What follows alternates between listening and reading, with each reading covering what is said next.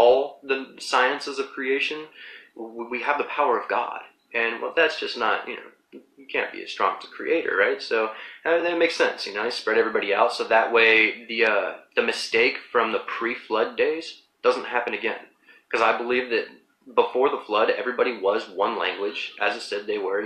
After the flood is when the Tower of Babel happened, and then they were all separated. Well, before the flood, then that means that they were all still one language. They were all still one mind. And they all gained great power and did these great things. Atlantis, pre-flood. The amount of incredible things that we heard about Atlantis and Thoth and the stories from the Emerald Tablets and whatnot. Well, that was pre-Diluvian. That was one language, one perfect. And what happened to them? Well, their hearts grew dark. Their power grew too great. And they just, either God got angry and flooded the world and got rid of them, out of, repentance. But God is perfect and God can't repent not. So that doesn't make sense. Now, what makes sense is they came across a power, from the powers of creation that they didn't understand. They utilized it, and what happened was they had actually induced a flood themselves upon the earth, and the flood waters did not recede far enough to show this land again. This land it's still underneath water. The land itself didn't sink into the water. The water rose above the land, and when it receded, it didn't recede all the way. It didn't recede back to its original level. No, it stayed high. So whatever they did, they, back in the pre-Diluvian days, if they busted open some kind of floodgate or something, whatever they did, it wasn't good, and it's still to this day here. So after the flood, when they separated everybody, I believe that was the time when faith was created.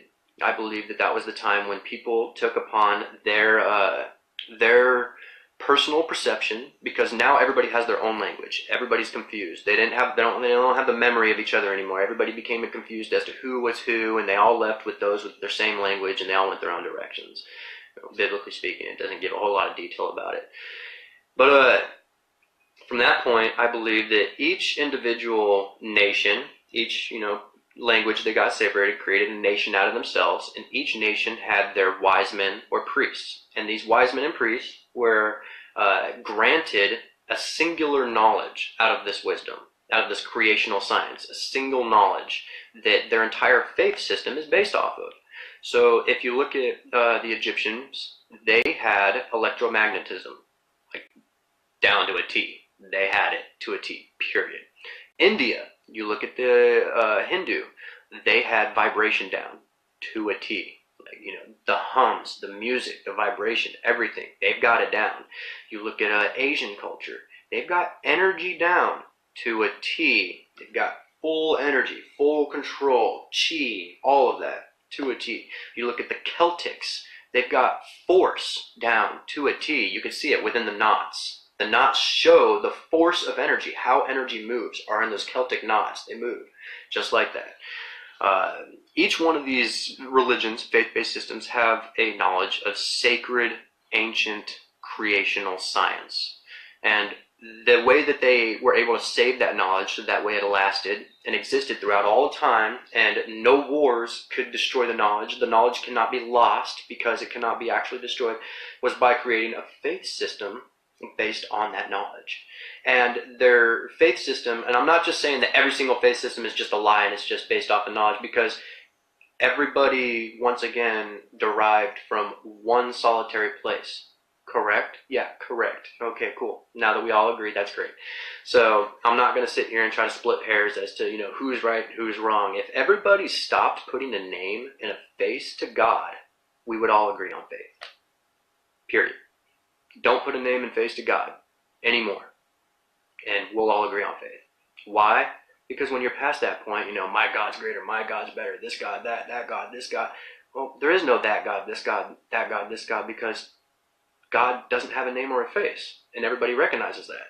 So now God is this singular, universal, all-known, powerful being that we just don't understand, and we're not going to try to, because God is sacred. So who are we to try to understand it? No. Instead, let's utilize what he gave us. He gave us our minds. He gave us our brain. He gave us our free will. And with that, we're able to use these sciences and use this knowledge in the way that we already have. much like you guys have seen yourselves. I mean, some of the incredible stuff that we can do today. But the difference between the ancients and us today is the ancients were able to tap into everything that we could do today and so much more without destroying nature. They didn't need to go out there and create all these unnatural chemicals, all these unnatural plastics and elements that they shouldn't be, because they're unnatural. They're poisonous. They're not good. Back in the past, the ancients didn't do that. They fully harnessed everything that they knew about that was right here. Right here. So that's pretty much my deal on, symbolism. That it connects everything. Symbolism itself connects everything. If you follow it back, I self-taught I self-taught in a couple different, reading and writing different languages. Not very good at translating them, but I got Google for that, Yeah, yay me, Sounds like a millennial right there, right? You got Google for that. But I taught myself how to read and write 2 languages in less than a week. So Google this. Anyways, Coptic and Arabic, I decided to be my first 2 languages I wanted to learn, because Coptic and Arabic are 2 languages that every other languages stem from. Besides that, I'm going to teach myself Hebrew, Greek, Chaldean, and Latin. With those 6 languages right there, you have the keys to language itself. You can speak any language, understand any language, write in any language, read in any language, if you have those 6 right there. Sounds like a lot, because everybody's like, oh God, Spanish class was enough as it was. Well, me personally, I could find somebody else to translate it. But if I can read and write it, I'm doing pretty good. At least I think so. So I did that in order for me to go back and look at some of these ancient texts myself, without any, BS interpretation between it. Somebody trying to correct somebody else's punctuation when everybody knows that even a single jingum, in a word back in the day, can completely change the entire word. So with none of that, I want to do direct translations and then find somebody else that actually speaks the language so they can tell me what it says in English, directly. May not make a whole lot of sense, but it's not for me to say. That's where the interpretation comes from. You read something that doesn't make a whole lot of sense to me, well, that's because it's not originally in English, so why should it make sense? Okay, you're right, it shouldn't make sense, but since I don't speak Hebrew or Latin or Chaldean, I only speak English, I got to figure out how to perceive this in a way that I understand without screwing anything up. It's not the easiest thing in the world, but it's super fun, because you start learning a lot of really, really cool stuff, especially when it comes to the ancient stories and culture, stuff like that. I look at the Egyptians now, and I don't see these pharaohs and all this stuff and this just hate and whatnot. No, I see it's incredible, what they did back in the day. And everybody says, pure slave drive. No, Egypt wasn't like that. No, I'm sorry, but it wasn't this hardcore, horrible, disgusting, nasty, Holocaust type slave driven. No, the people there lived there because it was the most grand place around ever, period, and they wanted to continue to build on it and be citizens of it. Yeah, there was oppression just like there is today, except back in the day they didn't have the laws like we did today. So yeah, they whipped the hell out of you, and yeah, you got flogged, and you might have gotten killed for certain things and thrown in prison and whatnot, because they just weren't as civilized, and I put that in serious quotes, like civilized as us today. So yeah, it would be a little bit different, but by no means do I believe that they had armies of Egyptians that went from land to land to land, pulling up thousands of people at a time, bringing them back to Egypt and forcing them to work and build their pyramid. No, not at all. It actually doesn't even make sense, What does make more sense is there were Egyptians there that were wickedly smart with the knowledge on how to tap into the frequencies of these things that would allow them to lift them, change their densities, or they would allow them to carve them much more easier. They allowed them to create these incredible feats of engineering and technology. And I believe that the people literally just wanted to be a part of it. I mean, if right now I heard that there was a country out there where somebody was bringing back the ancient days, and they had the money and the resources, or not even the money, they just had the land, and they're getting rid of, money altogether. They're creating a currency system based off of skill. You trade skill. I have a skill that you can utilize, and you have a skill I can utilize, and, we'll trade skills and, get done what we need to get done. Perfect. I don't lose money. I don't lose time and sleep. I don't lose half my life working for something that I'm just going to give away for stuff that I never get to see or use because I'm working too damn hard to use it. Anyways, if there was somebody out there right now that was going to build a pyramid, with the exact same specs, that was going to do the exact same thing with the exact same technology, I would be there in a flat second. I would be like, let me see this go down. Let me be here. I want to see sparks fly from the top of this pyramid. I want to see the energy that comes out of this, I want to be the guy that, holds that staff and, watches it power up and emit a beam of electricity or light or whatever it looks like or however it actually happened and just see what it does. It would be killer, back to be able to do something like that. But unfortunately, that kind of energy is the absolute end of the elites as they know it. And the reason why I believe that the elites are all scrambling right now and why they're all super scared out of their mind is because we just left the age of Pisces, which was the age of the material man. Why we were all so concentrated on material stuff and we stayed in this spiritual crutch for so many years. Now we're in the age of Aquarius, and look at all the stuff spiritually that's happened already, guys. All the stuff spiritually. Electromagnetism, the electric universe, dimensions, and the God particle, and stuff like that. All of a sudden, spirituality is starting to take this serious rise. For some reason. Why is that? Well, because we changed. This apocalypse that everybody wants to believe in, which doesn't actually translate into the end of days. This apocalypse, I believe that it already happened, and I believe that it was the end of an era and the beginning of a new era. The end of Pisces, the beginning of Aquarius, which we're in right now, the spiritual age. So just you guys watch. I think that things are going to take a serious turn, a spiritual turn. But then again, that's kind of scary too, because if you think about it, in Revelations, everything happens in a material way, and then all of a sudden, Revelations in the Bible pops up, and it says, it doesn't say this, but compared to the rest of the Bible, and it does say this, that the words of the Revelation are not to be personally interpreted at all. So when you read Revelations without any personal interpretation or any interpretation whatsoever, all of a sudden it gets wickedly like fantasy, sci-fi, hardcore spiritual. We've actually got dragons, coming back to life. We've got, a third of the stars of the heavens being ripped apart. We've got, monstrous beasts that look like, locusts with, tails of scorpions.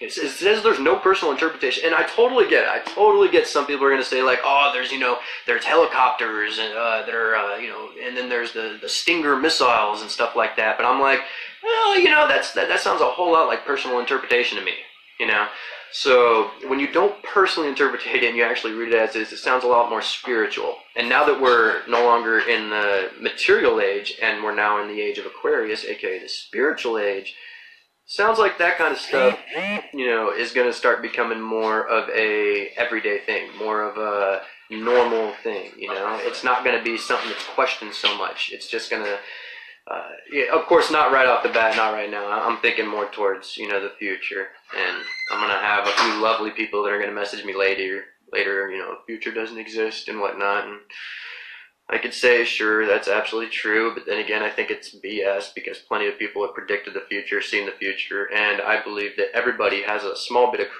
precog in them when they dream. Because think about it, you're having a dream, right? And this is hypothetical, but you're at your friend's house, and then all of a sudden, like out of nowhere, your dream just shifts, and now you're on a train for some reason. It doesn't click in your mind because you're consciously in your dream and not in reality with a logical brain.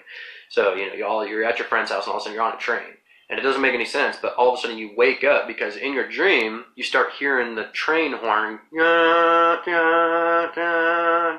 and then you wake up and your freaking alarm is going off. Well, subconsciously, your mind knew to create a scenario of a dream in your mind that would lead up and perfectly match that alarm clock going off. Precog right there. Everybody's experienced it. I've experienced it. You've been in your dream, all of a sudden mama's calling you to wake up, but in your dream, it's really, your school teacher trying to get you to pay attention in class. So you wake up and your mom's calling you, you're like, whoa, that was weird. Because your brain purposely created a scenario dream that would match that time of being waking up. I mean, an alarm clock, I could get how some people can argue, well, subconsciously you know the time that's going to happen. Well, what about somebody calling your name like I just said? How does your dream know that they were going to call your name at that time? And call your name, maybe not your sister's, your brother's name, if you have, brothers and sisters that live with you too. So everybody's got a little bit of precog in them. We have minds that are just beyond what we can possibly imagine right now because nobody's there yet. I mean, our whole lives, starting from education, we get into class and your teacher goes, which hand are you more comfortable with? Well, my left hand, or my right hand. And you're like, oh, okay, well, that's the hand that you need to use. Okay, I don't want to spend too much time teaching you both hands. It's take too much time. Okay, well, now you're taking away from one of the sides of my brain here. I mean, you're learning everything with the right side of my body going right dominant. I'm, beefing up the left hemisphere of my brain. Well, what about over here? What about what about my creativeness? Just logic? I like that, but I want creativeness too. So, and then you got the ambidextrous people, they're able to do everything, perfectly fine and whatnot. And if you actually do studies on it, which other people already have, people that are ambidextrous compared to people that are just left or right-handed, their reaction times are a lot faster. Their memories are a lot better. They have overall longer lifespan. They are healthier. They have a smaller amount of genetic disorders in their family history and stuff like that. There's a lot of stuff that goes on to this. So even as you right now, there's a big, neurological study that went into this. I'm right-handed, dominated, straight up. So I've been trying everything with my left hand lately. Just been retraining my brain hardcore with my left hand. Everything that I can do with my right hand. And when I get really annoyed and I grab it with my right hand, I'm just like, I'm just going to jump. I stop and I'm like, man, I wasn't able to do that when I was a kid, so I can't do that now. I got to retrain my brain. I'm telling you, like, my memory's getting a little bit better. My reaction time, it feels like it's getting better. I'm making better decisions in my life. I'm no longer making split, chance decisions and stuff like that. I'm no longer just immediately going, like, oh, that sounds cool, good, go to do it. No, now I actually think about things. I think thoroughly before I do things. And I don't know. I feel like there's just a major difference from just utilizing one side of your hemisphere compared to try to utilizing the entire bit. I mean, why do you think they say you can only use 10 to 14% of your brain power at any given time? Well, it's because they only allowed you to use so much of your brain power at any given time. So you don't utilize the muscle, then of course the muscle won't grow and you won't be able to utilize it like you would the one that you did feed. So, a little something for you guys. Just do what you can and try to start retraining that other hemisphere of your brain. You've been right-handed your whole life, you've been logical your whole life and all that stuff. Start, teaching your left hand, start trying to get more creative about stuff, thinking about things in a much more different aspect. Look into retroductive reasoning. It's a lost art of reasoning. It needs to come back. Everybody goes based off of deductive reasoning and stuff like that, but there's always room for fault, whereas retroductive thinking is like outside of the box thinking. It's the thinking that allows philosophers and scientists and people to make groundbreaking, moves in life, is that retroductive thinking, because they're not thinking on a normal lines. They're not just thinking, 1 plus 1 and 1 plus 0 and stuff like that. No, they're thinking, well, technically 1 and 0 are not numbers. That's why that's one of the main reasons why they're chosen as binary code, because 1 and 0 technically are numbers. Think about it. Numbers is a multitude of things. Numbers, is multiple. So if you only have 1, you don't have any numbers because you just have the 1. So there's only the 1 that exists, so numbers don't exist. But as soon as you have 2, boom, well, now you have numbers because you have 2. So 2 is technically the very first number. Technically. So that kind of thinking is retroductive thinking, or just a small example, something that I've been working on is as well. Start studying etymology. Etymology, the study of words and how language came to be. That right there will pretty much drive you so much further in life.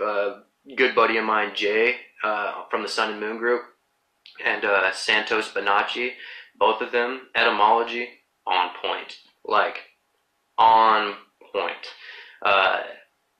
Somebody's here says, learn as much about your body as possible. Absolutely, 100%. Anatomy, biology, so incredibly important, you have no idea. Did you guys know that the hair, all of this right here on the outside of your body, connects you to the rest of the world outside of your body? Your nervous system connects your brain to the inside. You're fully connected on everything. Your brain is fully connected without you even having to do anything. Your hair is connected directly to your nervous system. So your hair is your nervous system, but on the outside of the world. The true reason why people in Jamaica grow dreads, it's not because it's a natural lifestyle, It's not because it looks cool, because it's not my partake. Some people love it, so I'm not going to go there. But it's not for any of those reasons. It's actually a very practical, very real reason. Because the hair, as it grows, you gain energy through your feet because of the earth. You're grounded to the earth, and your energy comes up through your feet into your body. And you expel energy from your hair, from the top of your head out of your hair, kind of like, the nervous system. The energy, electrical pulses follow your nervous system inside your body. The energy follows your pulses outside your body, same way with the, your nervous system outside your body. So, your hair, the reason why they grow dreads is because they think that when you have regular hair and it's not all knotted up, that you're losing all of that energy. But when your hair gets knotted up, they think that the energy stays there because it has nowhere to leave. The energy tries to leave, and it's like, oh, nope, can't leave there. Oh, wait, I can't leave here either. Oh, okay, I guess we're just going to continue to keep going and filling and filling and filling. That's why Jamaicans actually go dreads. So, I love telling people that nowadays. Whenever I meet somebody with dreads and I ask them about it, and I don't use the shampoo and stuff, the stuff that's inside of it, it's just not natural and stuff like that, and I'm like, bro, you're gonna love this, check it out. You don't realize it, but the reason why you feel like you have so much energy and all this stuff, it's not just because of, just because of your diet, it's not just because of this, like, has a massive amount to do with the fact of what you're doing with your hair, as stupid as that sounds. That's one thing I love about the human body. The eye is so incredible. There's no such thing as the speed of light because light doesn't really actually travel. See, energy travels and then hits something. The energy hits something, transfers energy into that, called electroradiation, and we see a momentary luminescence from that right there. So electroradiation. So light itself doesn't actually move. We're just seeing the reflection of the energy, which we know is lux, which is non-vibratory, pure light, compared to the lumen, which is vibratory, non-pure light. We live in that spectrum. Unfortunately, you got your light spectrum like this, right? And you've got your phi and your pi. Well, your phi would be on the radio side, a little bit lower over here. You got your pi on the gamma to cosmic side, infinite, and right in between about that much right there, compared to this. That much. That's what we experience. That's the light spectrum right there. That's from blue to red. That's it. That's also the material world that we get to experience. That's right. Much like the internet is like a glacier or a iceberg, we only experience 10% of it. The rest of it is called the darknet. It's the unseen. Same thing with the regular world. We experience that much of reality, and the unseen is like that much. You've got the phi over on the lower end, where you've got your more lower vibratorial energies, stuff like that, more material and stuff. And then you got your higher energies, the gamma to the cosmic, your pi, on your pi side. Does that make more sense? The higher you go, infinitely into the light, infinitely into the lux, pi, infinite. Yeah. Anyway, just a couple of things. I was going to go live a few hours ago to ramble about all this different stuff. I actually ended up going upstairs and talking to my best friend's brother for a while and just talked his ear off for like 45 minutes, and then just immediately I was like, yeah, I definitely should have been live, you know. I don't know why I'm not doing this live right now, because I had it really going to all sorts of stuff, talking about all of my theories and mostly symbology, stuff like that, the technology from the past, the Ankhs, the Caduceus of Hermes, all the technology that they utilized and used. This stuff to me is really important. I do got to say though, if you guys are going to start looking into this kind of stuff, you know, symbology a lot more, because it's a lot more interesting. If you feel like you got a little bit more of a hold on it, like I do, I do got to give a word of wisdom, you know, a cautionary warning that if you don't understand, you'll come across books like grimoires, codexes, stuff like that. Some of them are not good. They're really not. You got like the Grand Grimoire or the Gospel of Satan, you know, stuff like that. The Necronomicon. You don't want to, you don't want to mess with them. You just don't. Like, yeah, they're real. The power within them is very real. You really can learn how to, speak a word and kill somebody in their tracks, and you really can learn how to find hidden treasure. But guess what? You're selling your soul to it. Straight up, you're not doing good. It is absolute hell that you're going to walk into. Plain and simple. But there's also good ones, like the Codex of Abramelin the Mage, the Picatrix, the Black Play, the Black Pellet or Pele. These are a few ones that are pretty interesting, and if you start looking into them, you look at the symbolism. I'll get to that in a second, Sergio and Anuka. You get to the symbolism behind it, and you start reading it, and you start getting into it. I just want to say, before you try to practice any of it, if you are, and a lot of people are going to get really mad at me for saying this because, sorcery is bad, but guess what? There's something called Magica, and there's something called Ferica. Magica is what God created. God created all magic, so it's all good. Ferica is taking the knowledge of God, using it, and calling yourself divine. That's not good. That's bad. Creating bad energy, black magic, that kind of stuff. Necromancy, death magic. That's Ferica. Ferica. Pharisee. Pharaoh. Not good. All bad. Pharisee. Ferica. Get it? Pharisees being the false priests back in the day, like the Egyptian priests were known as Pharisees of the pharaohs because they did the evil magic. They did the same magic that, the staff of Moses was able to do, but the staff of Moses was much more stronger and much more greater. Why? Because the staff of Moses was magica. The Pharisees' staffs were Ferica.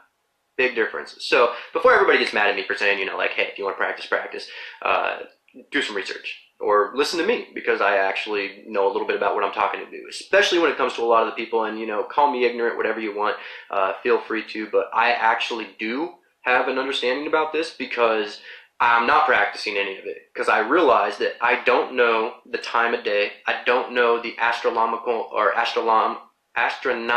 alignments. I don't know the correct materials. I don't know the correct directions, as in north, south, east, west, stuff like that. And I don't even know the directions in which, to do these things in the specific order. I don't know the correct symbols or the words to be said. I don't know how to pronounce them as well. So I don't practice these things. And I suggest that you don't either, because I guarantee that 100% of the people listening to this right now doesn't. And the reason why I say that is because the people that do understand this stuff, they would never do what I'm doing. Ever. Ever. Ever. Because there's societies out there that pay attention to this kind of stuff. And if you start releasing this kind of stuff to the public, you will die. Period. I mean, there's a reason why this is sacred knowledge, and it's been hidden and kept so secret and so safe for so many years, and wars have been started to steal this knowledge. There's a reason why it's sacred. Why, when you join a master mage or something like that, and they swear you to an oath of death never to release these secrets, and they make you write your journals and grimoires in a secret code that only you know, why do they do all that? Well, there's a reason. Me, personally, I'm that guy that's going to be like, I don't really care what the reason is. I just want everybody to have an equal chance, an equal opportunity to get the most out of what we were meant to be. We were created to be as great as we possibly could. And how could we be that great if the knowledge that was originally used to create us is taken from us and then only given to who others feel is right to? I mean, who are these guys, who are these grandmasters and these priests and whatnot to say that I'm not okay enough to learn these things and to do these things? If I had this knowledge and I could do the things that I know that's possible, I would literally reshape and change so many different things in this world. The monetary system, I'd get rid of it. Gone. Done. Ain't no such thing as material exchange ever again, unless you're saying like, hey, that's a pretty flower, I'll trade you a rose for your tulip. Oh, thanks. You know, as like a gift type thing. But material exchange for necessity would never happen again. Ever. In my world, it just wouldn't. Anything natural, ownership of anything natural, unthinkable. Completely unthinkable. Anything natural should just be free. It should just be for us. Apparently collecting rainwater, illegal. In Germany, you have to pay for water, even if you don't collect it. So the water that falls on the ground and goes into the drains, they make people in Germany pay for that. I'd be really pissed off if they did that to us here. But then again, Flint, Michigan, years worth of poisonous water like they have, no change. Good God, government. And then what? Last night, midnight, because they couldn't figure nothing out, the government shut down. The federal government of the United States of America shut down, and it stopped. So every single federal government type agency and whatnot ended last night. So last night, if you had wanted to commit a federal crime, it would have been the time. You want to go ahead and ship 200 pounds of marijuana across state borders at that time, you would have been perfectly fine and legal doing it, because guess what? There was nobody there to back you up, and there was no laws that existed technically at this time. Now, this has happened a couple times before, and people have said that, like, oh, this happened back 2009, 2007, 2013. I remember these. I remember that. The reason why it's a big deal is because we're a country. A country. At that, we're known as the most powerful country in the world. Our president is known as the most powerful man, the most powerful human being in the world. That's what they call him. As much as I don't like Trump and our government and the way that they run things, that's the way that it is in the world, and they are the most powerful. So if they're the most powerful and we are that great and everything, how is it so damn easy for them to shut down? I don't get that. I don't get that at all. Everybody's like, oh, it's happened before, it's not going to be a big deal. I get it's not going to be a big deal. It may not change much. It may not, it's just a little hiccup, a little bump in the road, whatever. It's the fact that our government, from the strongest, most powerful country in the entire world, shuts down when there's countries out there, in third world countries, and their little governments and their little politics and whatnot are completely survivable. In Sweden, I believe it's Sweden, correct me if I'm wrong, they actually allow children into their Congress. And look at them. They don't do war. They don't do a lot of that stuff that we do. They're pretty damn chill over there. America get a few different things changed, that's for sure. Starting with Trump. Change Trump. And I guess some people like Trump. I get that. But to me, we don't need a reality TV star to run a country. We don't need a businessman to run our country. Okay? No. We also don't need a soldier. We don't need a soldier to be running our country either. Because we don't need some, badass Marine brute going in there ready to just go take heads off. I know my little brother's out there going, hoorah, but hey, dude, we don't need that. Violence begets violence. Doesn't do nobody good.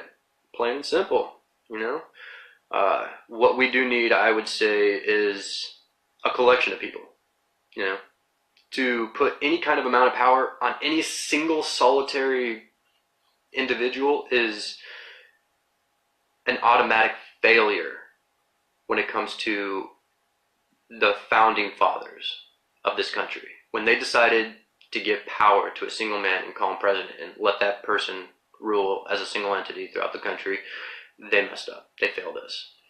I I get that we have Congress and all that stuff, and it's really a group of people and all that stuff, but I'm talking about just people, not politicians, not people that wake up every single day with, corruption and crap on their mind. I'm talking about mothers, fathers, construction workers, doctors, everyday people just like us, people that actually are living here, people that actually have to deal with the stuff, those are that's the kind of stuff that we need, in my own personal opinion. Yeah, I've been going on quite a bit about a bunch of random different stuff, my symbology and whatnot. I figure I'm still on, I'm still live, still a few people watching right now. I've got in front of me my current theories of everything. So, I could jump into that just a little bit, kind of skim through there. You got the theory of, oh, wait, hey, I don't want to be rude. Sergio, you asked me about the Anunnaki. The Anunnaki are closely, historically, they are, what is the word I'm looking for? How about this? I can't think of the word. Look up the Chaldeans. Look up the Chaldeans, aka the Anunnaki. So yeah, even history's got a lot of stuff like that all mixed up for us. I don't think the Anunnaki were pre-Babylonian, well, actually I can't say that. I don't think the Anunnaki are otherworldly. I'll say that. I believe that the Anunnaki were pre-flood civilization of people. That when the flood happened, I don't think the flood was worldwide either, honestly. There's no evidence to support that whatsoever. The flood happened absolutely everywhere in the entire world. All of the evidence actually points to the flood being centralized. Let me see, what else do we got? Washington, D.C., not even U.S. soil. Yeah, true. That is actually true. That's District of Columbia. Did you guys also know that there, who is it? I think it's the Federal Reserve. The Federal Reserve is a completely and totally separate entity from our government. Our government cannot stop or do anything or step in or anything on what the Federal Reserve does. Did you know that? I was watching something. It was an old clip that somebody was able to save, and I found it on YouTube. And it was an old guy who was, I'm guessing, some senior official. He wasn't the leader or nothing, but he was a senior official of the Federal Reserve. And the person interviewing said something to him, and he looked at him and he said, "There is not a single person on this earth that can stop us in what we do." And I'm just thinking in the back of my head, I'm like, the Federal Reserve, I'm like, didn't the Rothschilds create that? And aren't the Rothschilds like British or English? They're not even American. And doesn't the Queen like answer to the Rothschilds, or the Rothschilds to the Queen? So technically the Queen has a branch of government here in the United States that has more power than our current government, and our current government can't do anything about it? What? So the District of Columbia, Washington, D.C., where the Federal Reserve is actually owned by the Queen, the monarchy. So you're telling me that America is still owned and worked by the monarchy? No way. So this isn't a dictatorship? Oh my God. So now your voting and everything starts to make a little bit more sense, right? Why everybody realizes that they voted for a certain person and that person didn't really get elected, but the other guy that everybody freaking hated, he did. Well, now it starts to make a little bit more sense now, right? Because this isn't a dictatorship. We live in a monarchy, and we are pretty much all under the rule of the Queen. Yeah, that sucks, but it is what it is. Everybody can say what they want, America, yay, America, yeah, greatest country ever, woohoo, yeah. Once upon a time, America was absolutely the greatest country ever. We did things. We conquered, we rose above. We never bent to terrorists. We never backed down. Like, we had a backbone once upon a time. We truly did. And then, all of a sudden, we started getting these people in office that they started getting, the corruption just started getting deeper and deeper and deeper. And all of a sudden, next thing you know, every time North Korea, cries, we're sending them everything that they ask for. Yet we don't negotiate with terrorists. Okay. Let me see. Gaddafi. Ooh, I was just reading about Gaddafi in Libya. Apparently, Gaddafi was not as bad as everybody says he was. This guy had liberated his people from American tyranny in such a hardcore way that America turned this guy into this disgusting, horrible being, and even his own people turned against him. Even his own people. It's kind of like ISIS. ISIS, if you're anybody that's anybody in the truther community, you know that ISIS is CIA operatives. We all know that. Okay, so ISIS, it would be the same thing as being pissed off at the Muslim community for ISIS when everybody knows damn well that ISIS is Americans. The same freaking thing. Let's start looking at who the real jerks are, who the real beasts are. Hello, it's the CIA. Everybody's like, well, it's just straight up the government. It's the government, it's the feds. It's not. Sorry to say, it's the CIA and the Federal Reserve. No joke. The CIA has run all Black Ops. They are the dirty pond.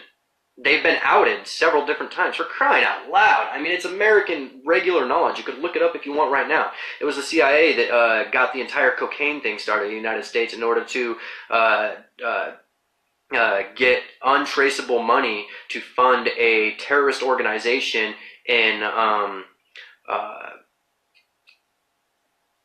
I forget. It's somewhere in Africa, and they needed to overthrow that ruler in that area in order for them to have resource rights there. So what did they do? They funded this terrorist organization by flooding America with drugs, so that way it couldn't be traced back to the government. So that way the guys that they helped throw the coup d'état, those guys now they're in charge of that area, and they say, hey, we love Americans. They gave us all the money and stuff we needed to kill our own government so we could rule. You can go ahead and drill here and take all the resources you want. No problem. And the American government is like, you're damn right it's no problem, because we would have came in there and done it anyways. But now we don't have to make a big scene about it. Now there doesn't have to be a war. There you go, CIA. Good job, guys. Jerks. Not just that, CIA, marijuana. Marijuana is the CIA's brainchild on why it's a war.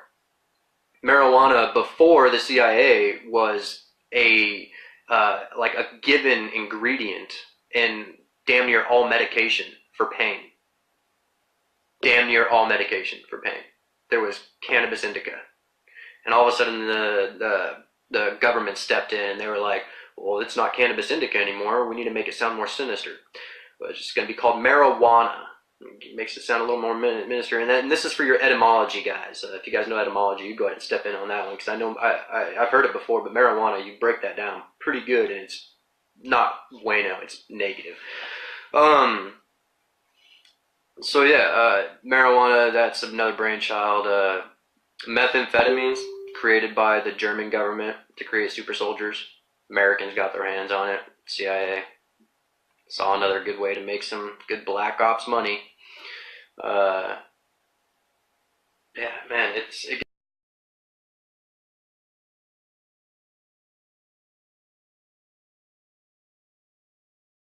bad, and our government knows it. They've called them out for it. It's regular. Everybody knows about it. The news are.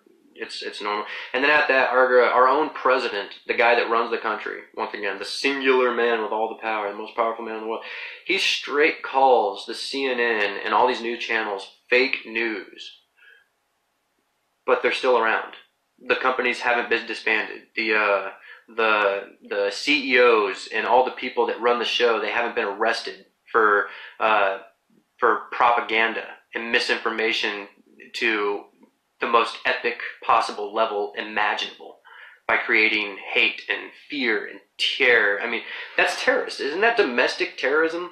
Aren't we supposed to defend against foreign and domestic terrorism? Domestic terrorism being, say, if a group of hackers hacked into the television system and showed up on everybody's television that, you know, this was going down and or whatever was happening, and even if it was fake, if they were faking some kind of like country invasion, all of a sudden all this mass pandemic, this fear gets spread everywhere. People start doing stupid things out of fear, you know? They catch up with these guys, these hackers, and these hackers were just like, we were just putting on a show. What are you talking about? We don't understand. It was TV. Same thing that the news channels do. It's fake news, isn't it? Well, why are we getting domestic terrorist charges? Why are these guys still in office? Why are they still running TV and creating these fake news stories and stuff like that? You know? That's a reason. Because the president doesn't really run anything at all. Monarchy. Yeah, I originally started this video just to tell everybody about my symbol idea. That's, you know, my theory on symbolism. But I guess it kind of turned into a little bit of a rant and rave. I never do this much anyways, and I think that I need to start doing it a little bit more often, so that way I can start explaining a lot of my stuff. I'm gonna start doing that actually, so that way I can break down my entire theory system for you guys, so you guys can understand exactly what I understand when I talk about stuff. Because I know a lot of people get, you know, kind of pissy with me and stuff when I start using words like centrifugal and reciprocating and hyperboloid and hypertoroidal and stuff like that. But I'm like, when you're talking about the creation stuff, you know, and I'm like literally dumbing it down as much as I possibly can. And I'm only saying dumbing it down because I can't break it down any further. I mean, I've literally gone to the actual elemental breakdown of the creation of the universe. I can't break it down any further for you, you know. If I did break it down a lot further, which I've tried to do before, it actually bugged people more because I would go way off subject. I'd be sitting there explaining something and somebody would be like, well, what does that mean? And I'd be like, okay, well, that means this. Well, what does that mean then? Okay, so that means this, and that actually happens because of this. Wait, what were we talking about before? Yeah, so best things best. When that happened to me, what I did is I grabbed a piece of paper and a pencil, and every word that I didn't understand or didn't know, I wrote it down. I went back to it later. I watched a video on it. I looked up the definition on it. I had it explained to me in 3 different ways. So that way I fully felt like I had a complete, total understanding of that word, its inner and outer workings, the etymology behind it and everything. Then I would go back and I would reread or rewatch what I didn't understand at all before, and it would be as if, you know, I was talking to you guys like right now. Everything I'm saying you understand. There's no foreign language here. So that's just, you know, another little bit of advice. If you guys want to, you know, articulate your palate a little bit, try to, you know, beef up that vocabulary that you got. It's a great way to do it. One thing, I hated it in school. Wake up, go to school, go to English class. First thing you do, open up your notebook, vocabulary section, go over the 20 words from last week and this and that. I hated that so much. But, you know, instead of doing that, every now and then I'll find a good word and I'll look it up. Just, you know, makes me feel a little bit better about what I'm reading. I actually understand what I'm doing, what I'm reading. So anyways, I've got, you know, my theory of ether, what the ether is. I've got my theory of fire, what fire is, how it works, how it moves, why it is, why we see it, why we feel it. I got theories of light, 3 different theories. My own personal theory, Eric Dollard's theory, and Ken Wheeler's theory. Based off of Ken Wheeler, Eric Dollard, and scientifically, as well as Steinmetz, Heaviside. Let me see who else. There's a couple more people that I was looking at, but all these people combined, I kind of was able to throw together my own theories on light. I've got the theory of the creation formula, and which I actually just realized recently. I don't know if any of you guys have already seen it before, but I had a video about a creation formula, and it had something just like my little, you know, cool little poster board like this right here, except it was completely full of, like, you know, equations and all sorts of stuff that didn't make any sense to anybody because I literally created it out of nothing, you know. I created all the little symbols and stuff because it was just a way for me to visualize the actual equation, you know, like frequency equals energy over time, et cetera, et cetera. So I realized that I have found the creation formula for the material plane. You know, when I was showing you guys earlier, we got reality like this, and we experienced that. Well, I found that creation formula right there. Just that little bit right there. That's what I found. All of that, I'm still working towards it, guys. I'm still working really hard. That's when I start talking about magnetism and lux and pure light, non-vibratory plane. That's when I'm starting to talk about the phi to pi area that we don't live in. So, yeah, I'm pretty well educated as far as our material plane, but anything unseen, I'm still working on. So, everybody knows what a vortex is, correct? We all know what a vortex is, aka like a tornado. So a tornado, as it spins, it has a point on the bottom, and then it widens up at the top. And then as it spins, it takes everything from outside of it and forces it into that center of it, right? It's got that center column right down in the center. Well, that center column is that column of equilibrium that's produced because of the point of inertia from the energy. Energy flows in a double helix to halo wave formation. All right, so double helix, you guys know what a double helix is, right? It's your DNA. The halo wave formation is like a scroll. So you see, you got the scroll. So as it spins, it comes up, and when it hits something, as if it's not just free spinning, it hits it, goes the halo wave back into, its spin, back into its regular spin. So when you got the energy just in its regular free form spin, and it's just moving, it's along with the Birkeland currents and whatnot, and if there's a point of inertia, the perturbation in the ether, point of inertia, all of a sudden, that energy seeks that point of inertia. It wants stillness, constantly moving, constantly vibrating, constantly. It wants to rest once it comes to still. So it seeks that point of inertia. So now all of a sudden you've got this double helix, and then it just comes in and it seeks that point of inertia. So it comes down and it meets at that point, and the tip of it still comes in. So it creates this vortex, right? Now, when the energy hits that, when it comes down and it hits that point of inertia, since it's just a point of inertia and there's nothing, there's actually nothing there. It's a point of nothingness, which is what magnetism is. It can't be filled. It can't expel. It can't do any of that. So it's just a point of nothingness. So the energy seeks it, but when it actually finally gets to it, it's repelled out, right? So all of a sudden it's repelled out, but because of the force of the vortex, kind of like a tornado sucking everything in, it gets pulled out and then it gets sucked right back in. So now all of a sudden you got kind of like this torus, right? But inside this torus, you've got a singular vortex from this torus, right? You don't have the hyperboloid inside of the torus with only one. Now, if you have two toruses, one with the vortex going down like this, and one with the vortex going up like this, when they come and they meet, kind of like Earth, it creates a plane of equilibrium in between the two toruses.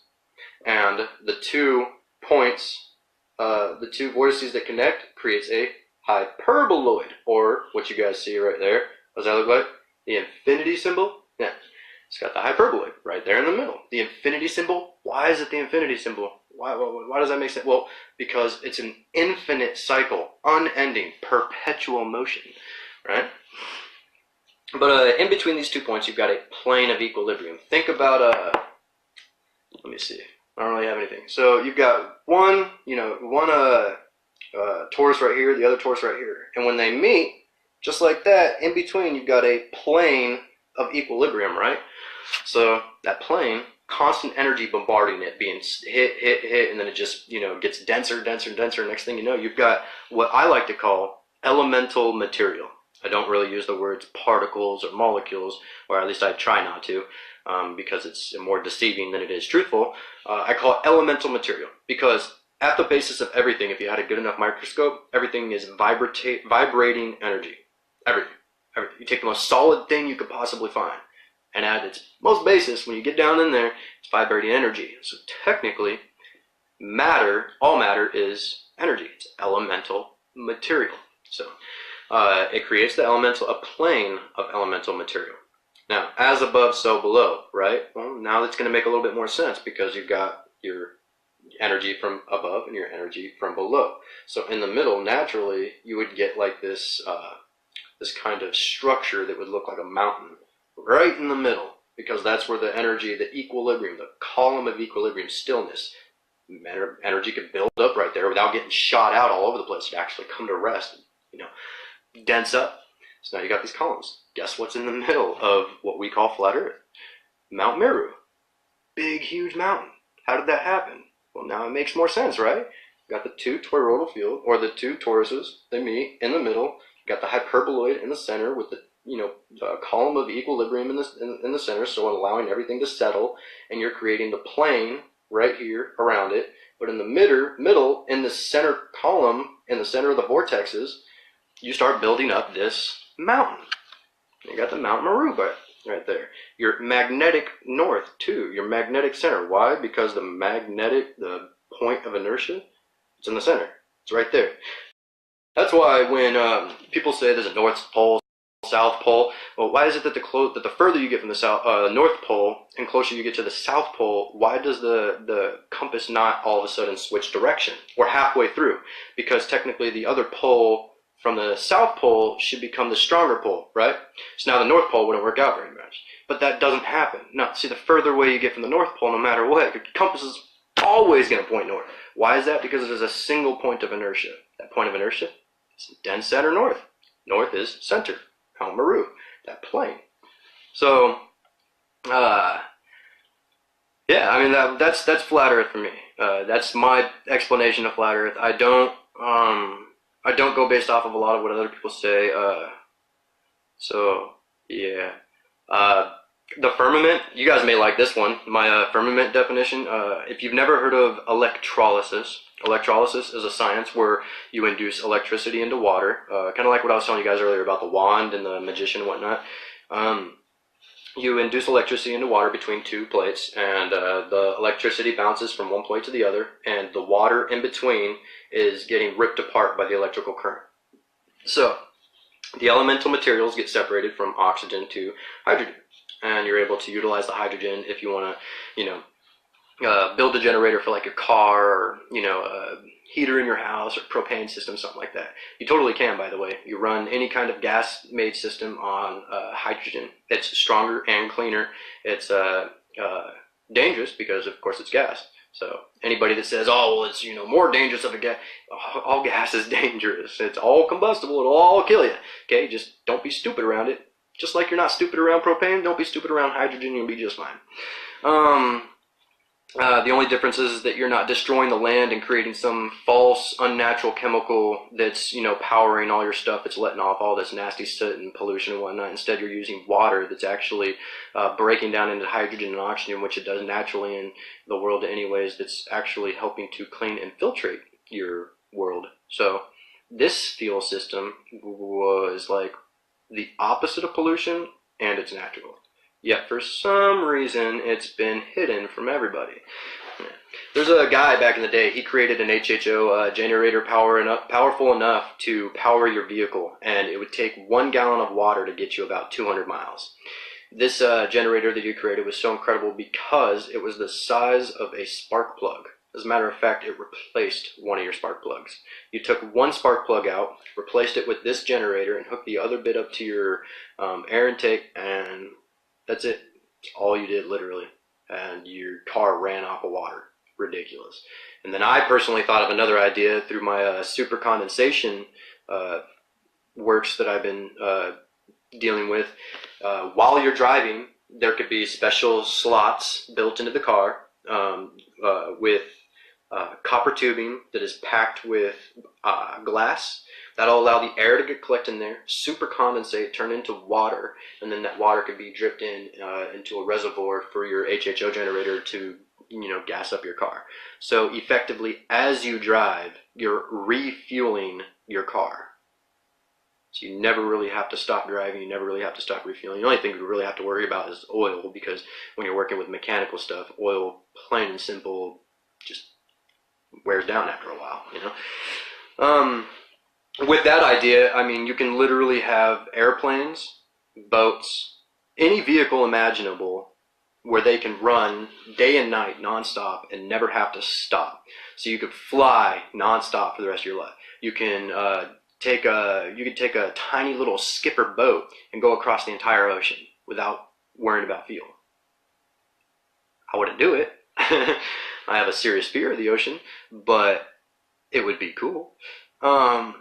Technology like that's the stuff that I love. Yeah, like I said, I get sidetracked really easily. We were talking about the flat earth. So my definition of flat earth, I already told you guys all that stuff, rather than, you know, how everybody else thinks about it. And then I got past that, didn't I? Jeez. I need some, like, coffee or something. Oh yeah, the waters, the firmament. Okay, I'm sorry guys, electrolysis. So I told you guys about electrolysis, what electrolysis does. Alright, now, think of the primal waters.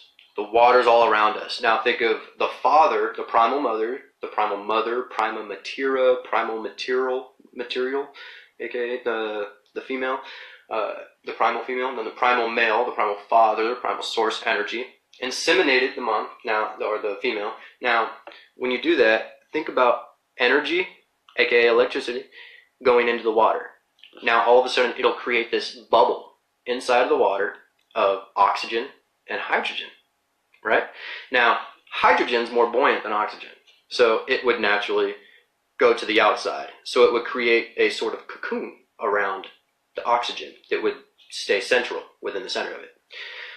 As this process continued, since it's completely covered by the primal waters all around, and to my knowledge, the primal waters are just as conscious as the primal source. So, however it happened, you know, through the process, when you pressurize hydrogen, it becomes a metallicized crystalline structure. So when we think about, they say, the firmament has like a melted glass crystalline like look to it, you know, and then hydrogen, when it's solidified and becomes metallic hydrogen, has a metallic crystalline look to it, you know. So yeah, so that would make sense. So through electrolysis, I believe that the firmament was created. Now you got the firmament, all of a sudden you got this bubble of water. Well, from that happening, there was a perturbation, right? Once again, there's a perturbation in the water, creates that bubble, zip, poof, and now from that, that's a big perturbation. Now you've got energy flowing. Energy's like, hey, point of inertia, let's go. Now you've got this torus, and you got the second one underneath too. And then when they meet, all of a sudden you got this plane of inertia that gets created within it. And all of this falls really closely with like how females give birth and have children and stuff. You think about it, a female within the womb, you know, creates that little bubble inside the womb, and then inside that bubble it starts with a singular cell, aka the sperm. Then it goes to 2 cells, 4 cells, 8 cells, 16 cells, 32 cells, 70, you know, keep going.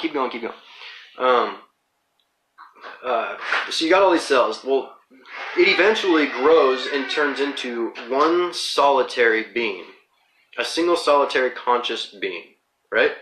Well, think about Earth. The primal father inseminated the primal mother.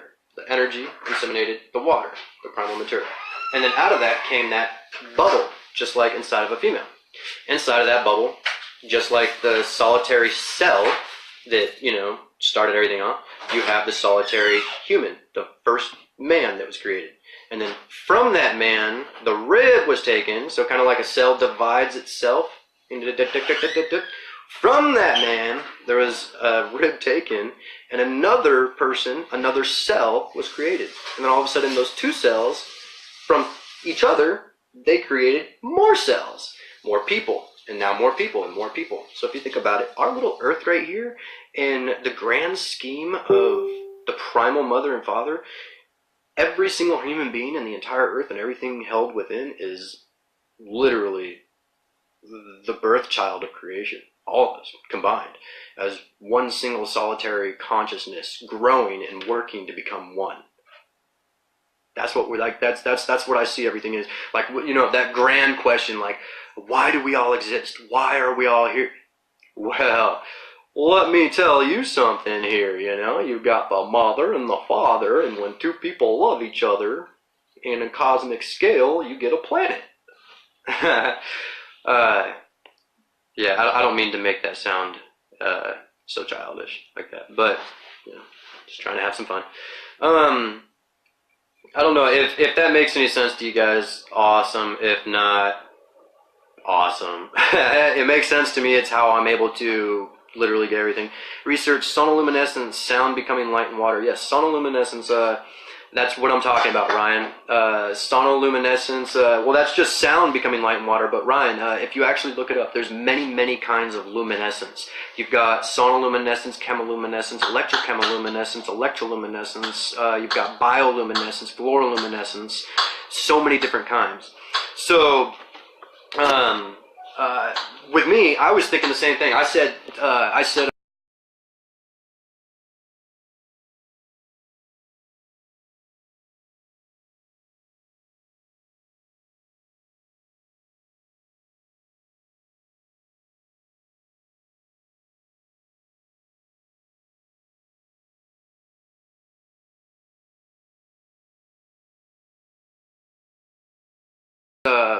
sonoluminescence at